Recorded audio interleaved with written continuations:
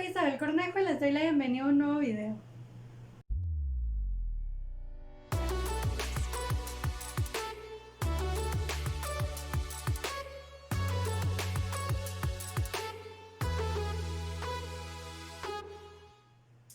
El día de hoy vamos a hablar sobre un caso mejor conocido como el caso Alcácer, el cual trata sobre 3 chicas que han sido secuestradas y asesinadas en Alcácer, Valencia, España. Eran niñas de entre 14 y 15 años de edad y quiero compartirlo con ustedes porque me llamó mucho la atención por cómo sucedieron las cosas, ¿no? Por todas las inconsistencias que hubo, por todas las cosas raras que se presentaron. Pero antes de comenzar, no olviden suscribirse, dejar su me gusta aquí abajo, comentar de qué les gustaría que fuese el contenido de mis próximos videos y seguirme en mis diversas redes sociales. Todo comienza un viernes 13 de noviembre del año de 1992, cuando 3 chicas de nombre Miriam y Decide, de 14 años de edad, y Antonia, de 14 años de edad, deciden asistir a una fiesta en una discoteca muy conocida en ese momento llamada Color. Como nadie las había podido llevar, decidieron hacer autostop, que es como hacer dedo o pedirraite, ya que en esos tiempos era como que muy común que los jóvenes realizaran eso. La discoteca a donde ellas se dirigían se encontraba en Picasen, que era un pueblo que quedaba cerca de Alcácer, que era donde ellas vivían. De hecho, un amigo de ellas, junto con su novia, las iban a dejar en la entrada del pueblo y posteriormente ellas continuarían el camino pues a pie. Más tarde, la madre de una de las niñas, la madre de Miriam, comenzó a llamar a las mamás de las otras amigas de Miriam, ya que la hora aproximada en que las niñas llegaban a su casa era entre 9 y 10 de la noche. Entonces, estas horas ya estaban pasando y la madre de Miriam se había comenzado a preocupar. Al no obtener información de parte de las otras madres, el padre de Miriam decidió salir a buscarlas, decidió seguir el trayecto que se suponía que las niñas iban a seguir. Incluso pues al no encontrarlas, decidió reportarlas, pero le dijeron que tenía que esperar un lapso de 24 horas para que pudiera reportar a las niñas como desaparecidas. Al día siguiente, el sábado 14 de noviembre, el padre de Miriam se dirigió a las autoridades y reportó el desaparecimiento de las niñas. Más tarde ese mismo día comenzaron a repartirse volantes en donde se mostraba fotografías de las caras de las niñas y pues anunciando que estaban desaparecidas. El domingo 15 de noviembre, la noticia de la desaparición de las niñas comenzó a publicarse en los diversos periódicos, incluso también comenzó a salir en las noticias de la televisión. Una periodista inglesa llamada Patricia Murray pues se enteró de lo que estaba sucediendo y decidió ayudar en el caso de las niñas, y ella fue como que un elemento importante en la investigación, que más adelante pues hablaremos de lo que hizo.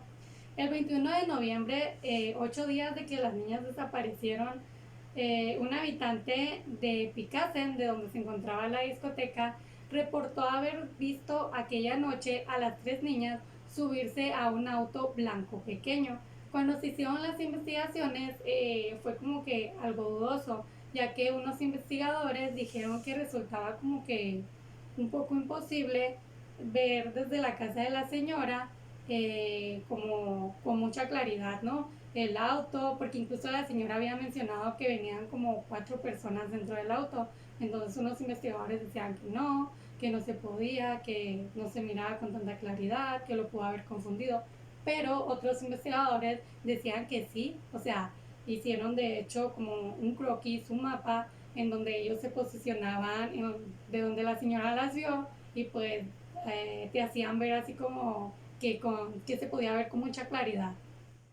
El 25 de noviembre, cuando ya habían pasado 12 días de la desaparición de las niñas, el padre de Miriam había recibido una información de manera anónima, donde le habían dicho que las niñas habían estado en una vivienda de la localidad. Los oficiales le habían dicho que no se podía entrar así sin más, que necesitaban como que una orden, un motivo, así que el padre de Miriam decidió hacer como que una carta también de manera anónima al alcalde, informando que las niñas se habían encontrado en una vivienda y pues se realizó una investigación, pero no se tuvo éxito. El 24 de diciembre, ya con 41 días después de la desaparición de las niñas, Los padres de las víctimas junto con el alcalde se reunieron y se entrevistaron con el presidente del gobierno. A partir de ahí se comenzaban a repartir pues volantes de la desaparición de las niñas por toda Europa. El 25 de enero de 1993, ya con 73 días desaparecidas, la periodista Patricia Murray decidió expandir la noticia hacia Inglaterra por si había alguna posibilidad de que se hubieran llevado a las niñas, y para ello pidió como que más especificaciones de cómo iban las niñas, la vestimenta, si traían algún bolso, joyas, mochila, los zapatos. Y para ello la hermana de una de las niñas, la hermana de Antonia, había reportado que la noche de la desaparición Toñi traía en su mano un reloj de Disney. El 27 de enero, Patricia Murray había recibido una llamada donde le habían informado que habían encontrado un brazo saliendo como de la tierra, el cual portaba un reloj de Disney, y que ya se habían comenzado a hacer las investigaciones correspondientes en el lugar. Ese mismo día en la tarde se transmitió una noticia en la TV donde anunciaban el hallazgo de 3 cadáveres cerca de una presa llamada Tobus por 2 apicultores, los cuales más tarde confirmaron que habían sido los cuerpos de las niñas. Las investigaciones en el lugar donde se encontraban los cuerpos había proseguido todavía el 28 de enero. Entre lo que habían encontrado, encontraban como que pedazos de papel, y en uno de ellos era como uno del Seguro Social, y habían encontrado el nombre de Enrique Angles, así que comenzaron a investigarlo en sus datos y habían encontrado que él tenía como problemas legales, que ya había tenido problemas legales. Las autoridades inmediatamente se dirigieron a la vivienda de Enrique, y cuando entraron dentro estaban Enrique y Kelly Angles y Miguel Ricard, que era un amigo de la familia. Uno de los oficiales había preguntado que si de quién era un carro blanco que estaba estacionado pues ahí en la calle, y Miguel dijo que era de él, así que se llevaron a todos a la comisaría para interrogarlos. Cuando interrogaron a Enrique, les dijo que él había sido el que había matado a las niñas, porque ese día él también había ido a la discoteca y ninguna de las niñas había querido bailar con él. Pero los oficiales no le creyeron, ya que él no estaba bien, tenía como problemas de esquizofrenia. Pero lo que sí pudieron obtener es que Enrique había prestado sus papeles de seguridad social a su hermano Antonio. Kelly, en una de sus declaraciones, Kelly era una hermana de ellos, dijo que Antonio estaba prófugo y que se estaba haciendo pasar por Enrique, por ello que portaba los papeles de él. Los oficiales comenzaron a buscar a Antonio Angles, pero este había conseguido salir de Valencia y huyó en un barco de carga. Hasta la fecha no han podido dar con su paradero. Los policías detuvieron también a Miguel Ricard, el amigo de la familia, y en sus confesiones él decía que el 13 de noviembre, el día que las niñas desaparecieron, él había estado en prisión, pero cuando los oficiales se pusieron a investigar si era verdad, descubrieron que ese día él estaba de permiso, por lo tanto pues él no estaba en prisión. Incluso Kelly en una de las declaraciones había dicho que Ricard se dejaba manipular muy fácilmente por Antonio. Días después de que se encontraban los cuerpos de las niñas, le dijeron al padre de Miriam que solicitara una segunda autopsia, ya que como que había inconsistencias en el caso, había inconsistencias en la primera autopsia realizada. Solicitaron al doctor Luis Frontela para realizar la segunda autopsia. Cuando este llegó, se encontró con la sorpresa de que los cuerpos de las niñas habían sido limpiados. Incluso pues él mencionó que podría resultar imposible encontrar como que algo nuevo debido a la situación en la que se encontraban los cuerpos cuando él iba a hacer la autopsia. Miguel Ricard ya había declarado diversas veces. La tercera vez que declaró, dijo que Antonio Angles había sido el culpable y que él lo había ayudado porque le tenía miedo a Antonio. Antes de salir de la sala, Miguel se acercó a uno de los investigadores y le preguntó que si era verdad que un preso no podía estar más de 30 años en prisión. El investigador le dijo que si era verdad lo que había hecho en su confesión, pues tendría como que más años de prisión, pero que sí, que podía ser posible que solamente le dieran 30. Entonces Miguel dijo que contaría la verdad, entonces declaró por cuarta vez. En la cuarta declaración de Miguel Ricard, él confesó: las niñas habían subido al auto en donde iban Antonio y donde iba él, pero cuando vieron que pasaban de la discoteca, las niñas comenzaron a gritar y Antonio comenzó a golpearlas muy fuerte. Las llevaron a una caseta abandonada cerca de unas colmenas, donde Antonio abusó de ellas y obligó a que Miguel hiciera lo mismo. Incluso durmieron en unas colchonetas que se encontraban en la caseta. Para el día siguiente, Antonio las llevó a unos metros de donde estaba la caseta, les disparó y las enterró. En España estaba una ley que decía que un delincuente no podía pasar más de 30 años en prisión, cualquiera que hubiese sido el delito que cometió, y tenían todavía el derecho de reducir esos 30 años, ya sea por buena conducta, por trabajo en la prisión. Así que el padre de Miriam comenzó a recaudar firmas, juntó 3 millones de firmas para que los culpables cumplieran su condena íntegramente. Para agosto de 1993, Miguel Ricard comenzó a mandarle cartas a la familia Angles pidiéndoles dinero para sus abogados, ya que si no lo hacían, él contaría toda la verdad. Debido a que la familia se negó a esas amenazas, Miguel culpó, aparte de Antonio, culpó a Mauricio Angles, otro hermano, diciendo que él fue el que había llevado el arma e incluso había abusado y matado a una de las chicas.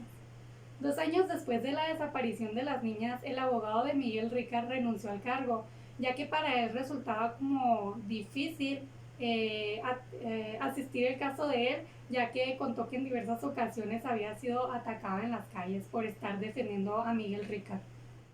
El 12 de diciembre de 1994, otro abogado tomó el caso de Miguel y en una entrevista que le hicieron dijo que las declaraciones anteriores que Miguel había dado habían sido falsas, ya que cuando las estaba haciendo a Miguel los oficiales le indicaban qué cosas debía de decir. Menciona que Miguel también le dijo que lo habían amenazado diciéndole que lastimarían a su hija pequeña si no se declaraba culpable. Incluso que Miguel se acercó a un juez para decirle lo que estaba ocurriendo y que lo estaban torturando para que pues él mintiera en las declaraciones y que el juez solamente se había como burlado de él, haciéndole pensar a Miguel que pudo haber sido el mismo juez quien diera las órdenes para que lo torturaran. Tiempo después, Miguel Ricard renuncia a su abogado. Esto fue como que una cosa muy rara porque pues el abogado lo estaba apoyando y todo, ¿no? Y le asignan a otro nuevo abogado, el cual pidió el sumario, que era donde venían todas las investigaciones de las niñas, ¿no? Todo pues en orden, tal cual habían ocurrido las cosas. Y después de que lo obtuvo, o sea, a los días dejó el caso, dando a entender como que de esa manera solamente había tomado el caso de Miguel para ver qué tanta información tenían, qué tanto sabían ellos del caso. Por ello que cuando pidió el sumario, así como que lo revisó y a los días dejó el caso de Miguel Ricard.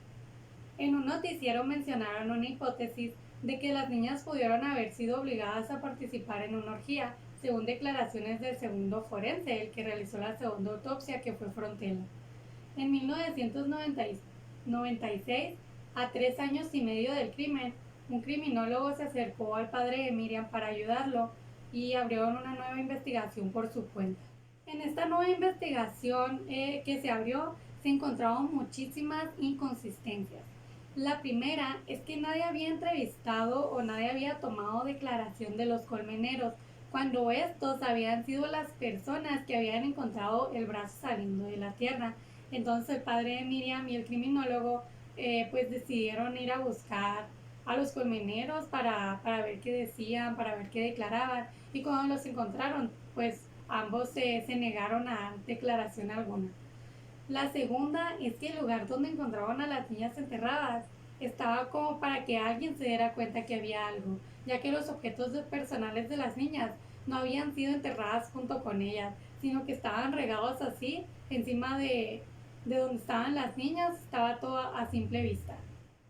La tercera es que el papel donde aparecía el nombre de Enrique Angles resultaba como imposible que aún estuviese allí cuando se fue a hacer la investigación del lugar, ya que habían transcurrido muchísimos días desde la desaparición de las niñas hasta que las encontraban enterradas, como para que el papel todavía estuviese allí encima, como para que igual alguien lo viera. El padre de Miriam había mencionado que en el transcurso pues de todos esos días había hasta llovido. Y pues también decía que en donde estaban las niñas enterradas era un lugar donde corría como que mucho viento. Entonces era como que mucha casualidad que el papel estuviese allí encima todavía y que estuviera el nombre de Enrique, o sea, que con las lluvias no se hubiera como que borrado o algo así. Incluso el papel que encontraron donde aparecía el nombre de Enrique, como ya les había dicho, era un papel del Seguro Social. Entonces era como también muy extraño que ese papel de una certificación médica de hacía ya 6 meses atrás, como que alguien lo llevara en el bolso todavía. Y la cuarta es que no se encontraban restos de sangre ni en la caseta ni en las colchonetas donde supuestamente habían dormido y no había ningún resto de sangre donde las niñas habían sido enterradas, siendo según que en las declaraciones de Martín él había dicho que Antonio les había disparado y en ese mismo lugar las había enterrado. De acuerdo a todas estas nuevas investigaciones que se estaban realizando, habían llegado como a una conclusión que era muy posible que las niñas habían sido víctimas de una organización de pedofilia por personas que tenían mucho poder y mucho dinero. Y bueno amigos, hasta aquí la primera parte de este caso. En los días estaré subiendo la segunda parte ya que es un caso pues un poco extenso, pero la verdad está muy interesante. De hecho, les recomiendo una miniserie que se encuentra en Netflix que se llama así, El caso Alcácer. Les recomiendo que lo vean porque ahí muestran como que más detallado cada una de estas cosas que yo les estoy platicando. La verdad está muy interesante. Nos vemos entonces en el próximo video. Les mando un beso y un abrazo. Nos vemos pronto.